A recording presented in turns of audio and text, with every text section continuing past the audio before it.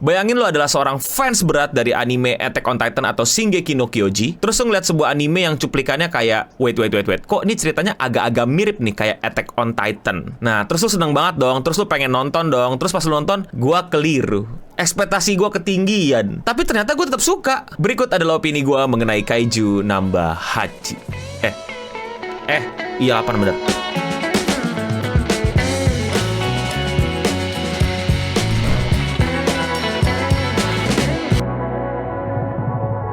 Sebenarnya gue udah tahu ada manga Kaiju nomor 8, tapi cuman sekelibet tahu doang gitu. Gue bener-bener nggak ngikutin, nggak ngebacain karena ya entah kenapa kayak nggak tahu.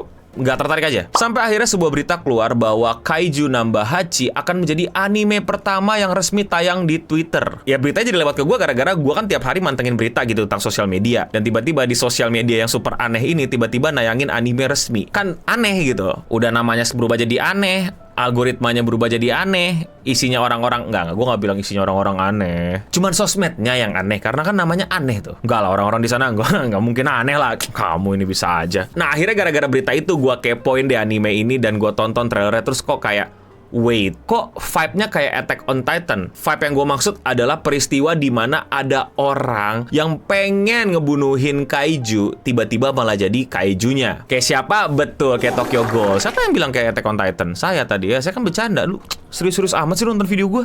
Ya canda-canda. Yang kayak Attack on Titan lah, yang dimana Eren bersumpah pengen ngebunuhin semua Titan, tahu-tahu dianya yang jadi Titan. Seperti yang tadi gue udah singgung, gue nggak kepo sama manganya, gue nggak ngikutin ceritanya, terus tahu-tahu nonton trailernya, jadi gue punya asumsi liar. Yang dimana tentu saja asumsi gue itu ternyata keliru. Karena pas gue nonton, ini nggak ada Attack on Titan-nya. Tapi walaupun gue datang dengan ekspektasi yang salah, gue nggak kecewa. Karena jujur anime ini bagus. Ini bukan kayak anime Ninja Kamui yang awal-awal bagus terus tiba-tiba 3D mecha berantem. Gue nggak tahu nih seterusnya kayak gimana. Gue belum nonton episode 11 tapi mungkin gue akan bahas kekecewaan gue terhadap Ninja Kamui di satu video khusus. Tapi intinya gue kaget banget kok bisa-bisanya episode 10 kayak, kok begini lu bang, ada apa bang, lu ada masalah apa? Balik ke Kaiju 8, ini buat gue fresh banget karena udah lama gue gak dapetin anime yang kayak Attack on Titan. Tapi gimana ya, bukan, ya gue udah bilang ini gak kayak Attack on Titan, tapi kebagusannya itu mirip sama Attack on Titan. Biar gue jelaskan, clear ya bahwa ini gak ada Attack on Titan ya. Gue gak tahu, gue baru nonton sampai episode 2, apakah nanti di manganya udah bener-bener kayak Attack on Titan atau gimana. Tapi yang mau gue singgung adalah anime ini gak kayak Jujutsu Kaisen, yang dimana bagusnya itu di karakter sama di fight scene. Di story, maaf, Jujutsu Kaisen itu storynya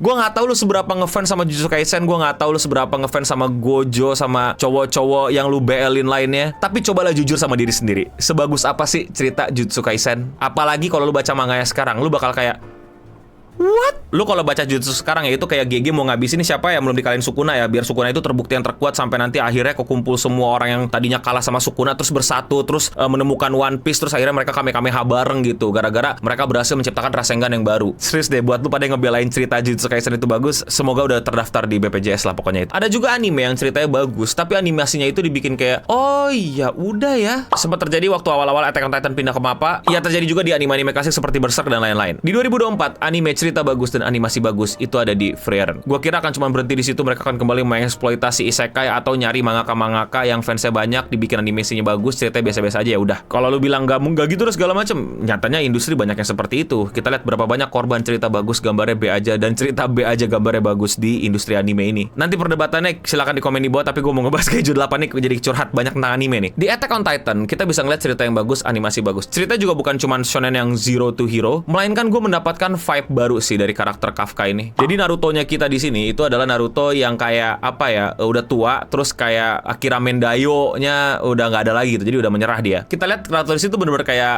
orang biasa, kayak apa ya, masyarakat pada umumnya gitu, kayak kita semua gitu, kayak ya cowok yang menyerah gitu karena impiannya ketinggian tapi kapabilitas otak atau tubuhnya itu nggak segitunya, atau kapasitas duitnya nggak segitunya. Bertemu dengan seorang yang idealis gitu ya, Sasuke-nya yang mengingatkan dia akan semangat mudanya gitu. Nah si Sasuke ini lagi muda-mudanya, lagi berapi-api nih, pengen masuk sebuah pasukan khusus yang ngebantai para kaiju yang muncul di Jepang. Gua nggak tahu itu Jepang atau alternate universe lain, gua nggak tahu, tapi ya gua sebut aja lah ya, dunianya ya Jepang pada saat itu. Terus tiba-tiba mereka berdua tuh kayak senpai kohai relationship gitu loh, yang kayak ya buat gua ini nakama power banget sih, ngerti gak sih lo, kayak oh gua senpai lo, gua harus ya gua bayar sama lo gitu, nggak bakal ngebully lo gitu, nggak kayak orang-orang yang kerja di negara orang terus ngebully temen yang baru masuk gitu. Lanjut itu, terus juniornya kayak menyemangati gitu, mengembalikan darah muda si senpai-nya gitu, si juniornya nih. Itu buat gue wholesome banget gitu. Terus bagaimana kita dipaparkan oleh karakter Kafka atau si Naruto di Kaiju ini yang bener-bener kayak, salah gue apa kalau gue menyerah? Toh gue hidup nyaman, gue hidup enak, gue nggak jadi beban masyarakat, ya gue dapetin apa yang gue mau untuk bertahan hidup. Jadi kayak apa ya, nggak didramatisir dengan sebuah kegagalan yang membuat, gue nggak tahu ya, ini kayaknya gue nggak baca manganya gitu, Attack on Titan gitu, yang emaknya dimakan gitu gara-gara dia gagal kuat, dia nggak sehebat itu, atau Naruto yang terbuli gitu. Ini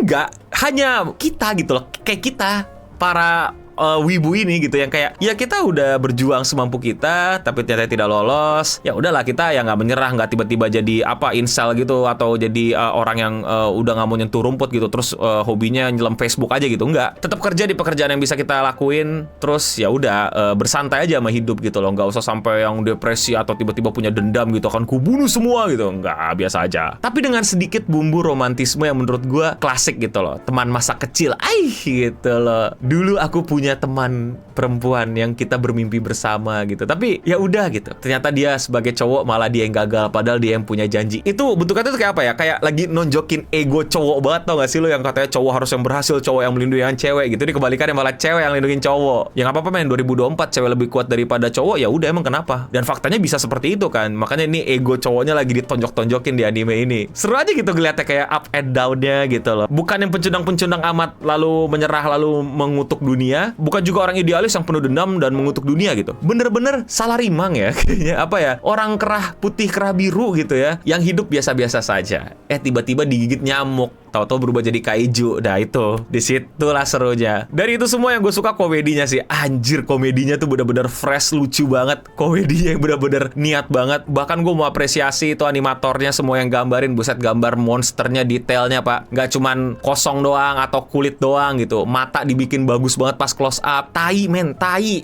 kaiju digambarin, isi perut kaiju, usus sama abodemennya semuanya itu digambarin. Terus satisfying banget, tau gak sih lo ngeliat pekerja pembersih-bersihnya itu pas lagi motong, pas lagi nge-chainsaw gitu kan, happy daduri doste. Terus animasi komedi yang dimana kayak waktu episode pertama si Naruto sama Sasuke-nya itu maksa untuk pakai alat penutup hidung. Kan harusnya kan kalau lo tahu ya, pas lagi berantem komedi kan biasanya kalau lo tahu ya, trop-trop anime gitu ya, dibikin di background berasap, terus pala cibinya keluar tuk, terus ada tangan begini, ada animasi kepukul, atau ada apa backgroundnya dibikin apa, terus nanti karakter datang bilang dia berantem lagi. Ini enggak, ditarik-tarik bajunya sampai diliatin, dibetot-betot kakinya, ditahan kakinya, itu diliatin sama animator. Tuh animator, terima kasih kalian memberikan sedikit cinta kalian dan kurasakan cinta tersebut. Bahkan pas muka si Kafka Naruto-nya ini kebauan gitu kan, biasanya kalau kebauan langsung ganti mukanya toeng gitu, langsung muntah gitu, animasi yang gif muntah aja gitu, yang muntah pelangi. Ini enggak, dibikin jadi kayak balon-balon gitu. Terima kasih animator, cintamu kurasakan. Terus episode 2 lagi yang berubah jadi kaiju, dia mau kencing-kencing di mana itu, bangsat. Terus komedinya yang nggak tipikal gitu, yang kayak apa ya, dibikin apa ya, emosi kita tuh gimana ya, kayak ada gua nggak tahu ya, lu dapet gak sih sedihnya gitu loh. Dia tuh orang yang udah umur mau tua kayak gua gitu, tapi lagi masih mencoba satu kali peruntungannya gitu. Pas lagi makan bento di atas kaiju gitu kan, senpai kamu lulus maji gitu, tapi berubah jadi kain itu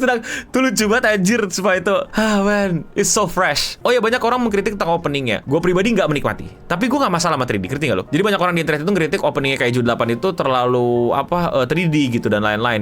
Ya buat gue sih bodo amat. Cuman nggak tau kenapa ya, nggak nikmat gue nontonin 3D gitu. Gue malah pusing, gue nggak bisa nikmatin, ngerti nggak sih? Kayak apa nih gitu loh. Probably karena mata gue terlalu tua, karena gue nggak terbiasa ngelihat permainan visual yang seperti itu. Jujur nggak nyaman dan mengganggu buat gue, jadi gue lebih baik skip. Ya mungkin intinya gue hanya lemas aja lah sama visual-visual yang kayak gitu. Mata gue udah tua dan gak kuat. Gue sangat sarankan kalian untuk menonton ya. Baru 2 episode kalau nggak salah. Dan iya, lagi-lagi apa yang gue puji belum tentu akan bertahan sampai di sini gitu. Kita lihat Ninja Kamui ya, tiba-tiba kok begitu. My Hero aja gue yakin season sekarang bakal lebih buruk daripada season sebelumnya. Kayak but let's enjoy while it lasts. Tapi kalau menurut kalian sendiri bagaimana Kaiju Nambahachi? Komen di bawah. Kamu suka sama pembahasan kayak tadi dan mau support gua? Simple banget, tinggal klik tombol subscribe yang ada di bawah sekarang. Udah lama gua nggak gregetan nungguin anime. Anjir, kapan nih hari Sabtu? Anjir, kapan nih hari Minggu? Biar bisa nontonin episode baru. Serius, ini rasa yang dulu sempet kurasakan dan akhirnya kembali lagi. Jadi terima kasih para animator Kaiju Nambahachi. Semua cinta kalian kurasakan di situ. Semoga kalian mendapatkan upah yang layak, tidak dianeh-anehin kayak studio sebelah, dan bertahanlah membuat animasi sebagus itu. Pengarahannya juga, directingnya juga luar biasa, Pak. Terima kasih sekali. Gua tunggu episode-episode berikutnya. Kalau perlu istirahat, jangan dipaksain season berikutnya. Jangan kayak Invincible